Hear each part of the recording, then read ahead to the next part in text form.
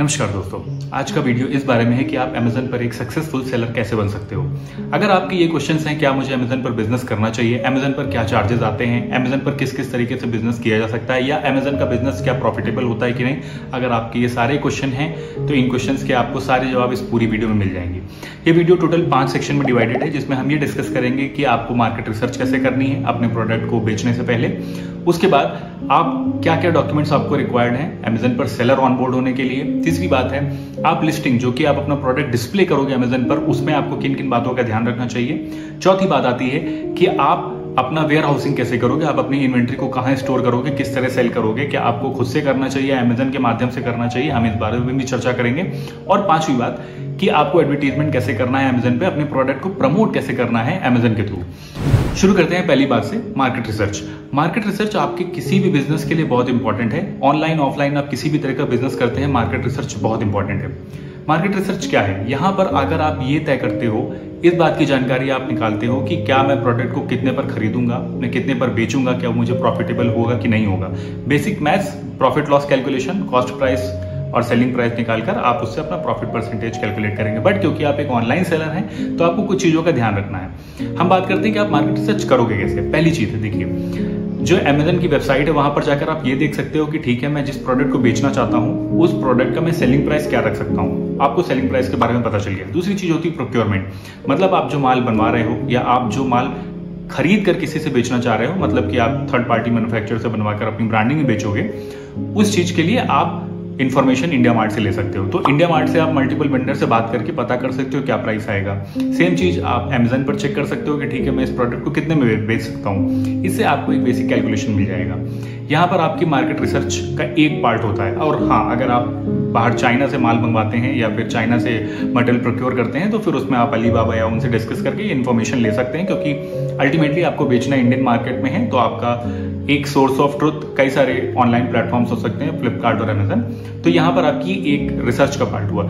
Research का दूसरा part है, देखिए यहाँ पर आपकी जो कॉस्ट लगती है बेचने में, क्योंकि आपको Amazon को भी कुछ सर्टेन कमीशन देना होता है। Amazon की कुछ फीस होती है, जैसे रेफरल फी, क्लोजिंग फी, शिपिंग चार्जेस, हैंडलिंग चार्जेस। इन सब के बारे में भी आपको पता होना चाहिए कि आपकी कैटेगरी में उसका कितना परसेंटेज है। इस चीज को आप अच्छे से कैलकुलेट करके अपना आप यहाँ पर एक अप्रॉक्सीमेट प्रॉफिट परसेंटेज निकाल सकते हैं कि लगभग मुझे कितना प्रॉफिट होगा, जो कि आपको आगे अपने बिजनेस को प्लान करने के लिए इंपॉर्टेंट है। सेकंड चीज पर आते हैं, फॉर्मेलिटीज। एक्चुअली मैंने इसे फॉर्मेलिटीज इसलिए बोला है क्योंकि अगर आपने पहला स्टेप अच्छे से किया है, आपने अच्छे से मार्केट रिसर्च कर सकती है, तो ऑफकोर्स डॉक्यूमेंटेशन एक आपके लिए फॉर्मेलिटी है, क्योंकि आप एक सक्सेसफुल सेलर बनने की राह पर आप ऑलरेडी अपना एक अच्छा कदम ले चुके हैं। तो Amazon आपको एज अ सेलर ऑनबोर्ड करे, इसके लिए उसने कुछ सर्टेन गाइडलाइंस रख रखी हैं, जिसमें आपको कुछ डॉक्यूमेंट्स रिक्वायर्ड होते हैं। काफी सिंपल प्रोसेस है। आपके पास अपना एक नया नंबर होना चाहिए। यहाँ पर मैं बता दूं कि आपके पास कोई भी ऐसा नंबर नहीं होना चाहिए जो ऑलरेडी, जैसे आप एक आपने बायर अकाउंट बना रखा है, आपको एक फ्रेश नया नंबर होना चाहिए आपके पास, जो आज तक Amazon की डायरेक्टरी में नहीं गया है। आपके पास अपनी एक ईमेल आईडी होनी चाहिए।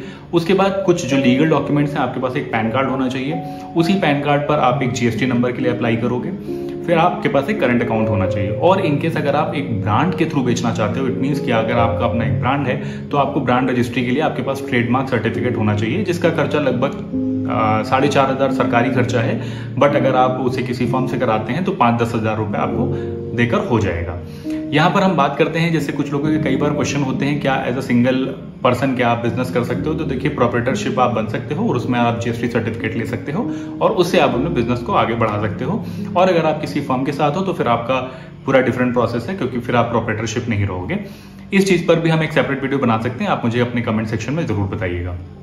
हम तीसरे पार्ट की बात करते हैं, जो कि है लिस्टिंग। लिस्टिंग मतलब कि किस तरह आपकी जो प्रोडक्ट है, आपके प्रोडक्ट की जो इन्फॉर्मेशन है, वो किस तरह आपके कस्टमर को दिख रही है, किस तरह वो Amazon के पोर्टल पर दिख रही है। इसके लिए बहुत इंपॉर्टेंट है कि आप अपने प्रोडक्ट के लिए एक अच्छा सा टाइटल देखें। आपका जो भी प्रोडक्ट कैटेगरी है उसमें देखें कि आपके बेस्ट सेलर कौन से हैं उस एरिया में, और उनमें से देखिए कि उनका टाइटल क्या है। अगर उनके जो भी टाइटल है, उस टाइटल में से आप कीवर्ड निकालिए जो आपके प्रोडक्ट को, कीवर्ड का मतलब होता है ऐसे शब्द जो आपके प्रोडक्ट को बहुत अच्छे से डिफाइन करते हो एक सिंगल वर्ड में। ठीक है, तो आपको ऐसे वर्ड्स अपने टाइटल में रखने हैं जो आपके प्रोडक्ट को डिफाइन करें। एक अच्छा सा टाइटल बहुत जरूरी है, ये एक पहला स्टेप हो गया। उसके बाद दूसरी चीज क्या होती है लिस्टिंग के अंतर्गत, कि आपके पास अच्छी इमेजेस होनी चाहिए। अगर आपके पास कोई स्टिल प्रोडक्ट है तो उसकी आपके पास अच्छी हाई क्वालिटी इमेजेस होनी चाहिए कि अगर कस्टमर उसे जूम भी करता है तो वो पिक्सल्स उसके खुलने नहीं चाहिए। सो एक अच्छी इमेज एक अच्छा इंप्रेशन डालती है कि हाँ ये काफ़ी अच्छा ब्रांडेड हाई क्वालिटी आइटम है, हम इसे परचेज कर सकते हैं। नेक्स्ट, अगर आप अपैरल इंडस्ट्री में हो या फिर आप किसी ऐसी इंडस्ट्री में हो जो एक लाइफस्टाइल प्रोडक्ट है जिसको लोग देखना चाहते हैं कि हाँ ये पहन कर कैसा लगेगा, सपोज शूज़ की मैं बात करता हूँ, तो लोग देखकर देखना चाहते हैं कि वो पहनने पे कैसा लगेगा। उसके लिए बहुत इंपॉर्टेंट है कि आपके पास एक वीडियो शूट होना चाहिए उस प्रोडक्ट का, जिसमें आप उसको किस तरह यूटिलिटी होती है उस चीज़ की वो आप दिखा सकते हो। ये बहुत इंपॉर्टेंट स्टेप है। इन 3 पर बहुत इंपॉर्टेंट, बहुत ही ज़्यादा रिलाई करता है कि आपको कन्वर्जन मिलेगा नहीं, मतलब आपको सेल मिलेगी या नहीं मिलेगी। क्योंकि होता क्या है, क्योंकि एक अमेजन एक ऐसा नेटवर्क है, ई कॉमर्स प्लेटफॉर्म, यहाँ पर लोग इंफॉर्मेशन से ज़्यादा उसके अपीयरेंस से उसे परचेज करते हैं, मतलब वो कैसा दिखता है इस पर आपकी परचेज बहुत रिलाई करती है। इसके साथ हम आते हैं अपने 4th पॉइंट पे, जो कि होता है SEO, सर्च इंजन ऑप्टिमाइजेशन। आप देखिए, जैसे मैंने टाइटल की बात करी, मैंने बोला कि आप उसमें कुछ कीवर्ड्स रखिए। क्या होता है कि टाइटल में एक सर्टेन लिमिट दे रखी है अमेजन ने कि आप इतना ही बड़ा टाइटल रख सकते हो, इससे बड़ा नहीं। अब उस केस में आपको क्या होगा कि आपके पास कई सारे और भी कीवर्ड होंगे जिन्हें आप वहां पर एडजस्ट नहीं कर सकते हो, बट आपको लगता है कि हाँ ये रेलिवेंट है, बट ये कम रेलिवेंट है जो मैंने टाइटल में डाले हैं उसके मुकाबले। तो आप क्या कर सकते हो, उसे आप अपने अबाउट द आइटम, आप अपना प्रोडक्ट डिस्क्रिप्शन, एक इसमें ब्रांड्स के लिए एक और ऑप्शन ओपन कर रखा है अमेजन ने जो है A+ लिस्टिंग, उसमें भी आप इन सब कीवर्ड्स को डाल सकते हो। इसके बारे में भी हम आगे की वीडियोस में डिस्कस करेंगे कि A+ लिस्टिंग क्या होती है। लिस्टिंग ऑप्टिमाइजेशन पे ही एक पूरा वीडियो बन सकता है। तो यहाँ पर ये बात आती है कि आप अपने उन कीवर्ड्स को अपनी लिस्टिंग में अलग अलग जगह डाल सकते हो। अबाउट द आइटम आप अपने A+ लिस्टिंग में डाल सकते हो, प्रोडक्ट डिस्क्रिप्शन में डाल सकते हो, इवन कमेंट्स तक से इस चीज को इन्फॉर्मेशन को अमेजन पुल करता रहता है। तो ये हो गया आपका सर्च इंजन ऑप्टिमाइजेशन, जो आपकी लिस्टिंग को और सर्च फ्रेंडली बना रहा है अमेजन के ऊपर। इसके बाद 5th, जो कि काफी इंपॉर्टेंट पॉइंट है, वो है रिव्यू। देखिए आज की डेट में क्या होता है कि कई बार ऐसे आइटम होते हैं जिसपे लोग देखते हैं, पहले उन्होंने देखा प्रोडक्ट, उन्हें ऊपर के काफ़ी चीज़ें अच्छी लगी, उसने आपको एक प्रोडक्ट सर्च किया, सपोज एक शूज़ की मैं बात करता हूँ, अगर शूज़ सर्च किया, आपका लिस्टिंग 3रे या 4थे लाइन पर दिख गई उन्हें, उसके बाद उन्होंने उस प्रोडक्ट पर क्लिक किया, इमेजेस और वीडियोज से काफ़ी अच्छे अपील हुए, हो सकता है यहाँ पर परचेज हो, बट कस्टमर्स का बिहेवियर होता है कि जनरली एक बार वो रिव्यू चेक कर लेते हैं कि ठीक है एक बार देखते हैं रिव्यू, क्योंकि उनको रॉ पिक्चर्स मिलती हैं और वो काफ़ी ज़्यादा इंपैक्ट डालती हैं, बिकॉज आपके फोटो शूट्स हैं, आपने उसे एक्सेलेंट क्वालिटी के साथ किया है, बट उसमें कई बार थोड़ा सा अनरियलिस्टिक एलिमेंट होता है, वो आप जानते हो। इसके लिए लोग कई बार कमेंट सेक्शंस की फोटो में भी चेक करते हैं कि क्या रियलिटी है प्रोडक्ट की।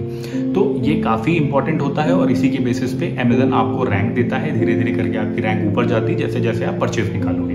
बात करते हैं 4थे पॉइंट की, जो कि है वेयर हाउसिंग। वेयर हाउसिंग का मतलब क्या होता है? वेयर हाउसिंग का मतलब ये है कि आपके पास जो इन्वेंट्री है आप उसे किस तरह मैनेज करोगे, कहाँ पर स्टोर करोगे, वो किस तरह शिप होगी, इन सब चीज़ों से रिलेटेड उसकी पैकेजिंग कैसे होगी, ये आता है वेयर हाउसिंग में। अब वेयर हाउसिंग में देखिए आपके पास 2 ऑप्शन है, एक अमेजन खुद आपके लिए सर्विस मैनेज करता है और एक आपके ऊपर है जिसमें कि सेलर खुद मैनेज करेगा, जिसका ऑफिशियल नेम है fulfilled by Amazon, fulfilled by merchant. देखिए अब इसमें क्या है कि अगर आप फुलफिल्ड बाय अमेजन जाते हैं, इसका मतलब है कि आपको अपने GST नंबर पे एक एडिशनल प्लेस ऑफ बिजनेस लेनी पड़ेगी, जिसको आप अपने CA के माध्यम से भी करवा सकते हैं, या फिर अमेजन को आप करीब 1000 रुपए की फीस है उनको, उसे देकर भी आप इस चीज को करा सकते हैं। बट एक GST नंबर पर एक ही एडिशनल प्लेस ऑफ बिजनेस हो सकता है।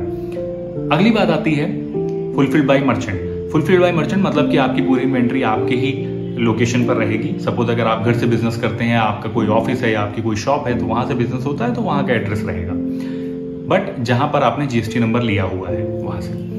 अब दोनों में डिफरेंस क्या है? देखिए सीधी सी बात है, अगर अमेजन आपको कोई सर्विस दे रहा है तो उसका अमेजन एडिशनल चार्जेस करेगा, और फुलफिल्ड बाय अगर मर्चेंट है तो उसमें आपको कोई एक्स्ट्रा चार्जेस नहीं लगेंगे। आपको बस सर्विस जैसे ही ऑर्डर आता है आपको पैकेज करके उसे हैंड ओवर कर देना है ईजी शिप के माध्यम से।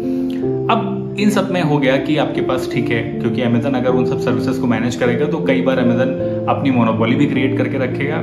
हो सकता है आपको प्रोडक्ट्स ठीक से वापस ना आ रहे हो, आपको उसकी इन्फॉर्मेशन नहीं मिलेगी और आपके प्रोडक्ट का प्राइस भी जाता है। बट एनीवे इन सब चीज के बारे में हम किसी अदर वीडियो में डिस्कस करेंगे। ओवरऑल वेयर हाउसिंग के बारे में मैंने आपको बता दिया, आपके पास 2 ऑप्शन है। अब हम चलते हैं हमारे लास्ट पॉइंट पर, जो कि सबसे ज्यादा इंपॉर्टेंट है, वो है एडवर्टीजमेंट। इससे पहले मैंने एक वीडियो बनाया था जिसमें मैंने इस क्वेश्चन का आंसर किया था, क्या एडवर्टीजमेंट आपके किसी भी बिजनेस के लिए ऑप्शनल है? उसमें भी आंसर नो था और यहाँ भी आंसर नो है। आपको इनिशियली अमेजन के इन्वेस्टमेंट एड इन्वेस्टमेंट अच्छा खासा करना पड़ेगा ताकि आपकी लिस्टिंग को एक ऊपर की तरफ पुश मिले। देखिए, अगर आप कोई भी एक प्रोडक्ट सर्च करेंगे, वो काफ़ी हाई डिमांड प्रोडक्ट है, तो हो सकता है सीधी सी बात है कि आपको 30-40,000 सेलर्स मिलेंगे या 30-40,000 लिस्टिंग मिलेंगी। अब उस लिस्टिंग में जनरली कंज्यूमर का बिहेवियर, मतलब जो बायर है उसका बिहेवियर क्या होता है, वो पहले पेज या बहुत हद तक या दूसरे तीसरे पेज से खरीद लेगा।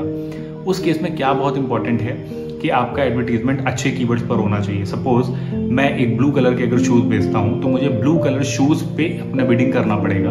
इनके पास 3 तरह के एडवर्टीजमेंट होते हैं। एक आपका स्पॉन्सर्ड प्रोडक्ट होता है, एक स्पॉन्सर्ड ऐड होता है और एक ब्रांड डिस्प्ले होता है। सो तीनों का अलग अलग कॉस्टिंग है, तीनों के अलग अलग काफ़ी हाई कॉस्टिंग भी है।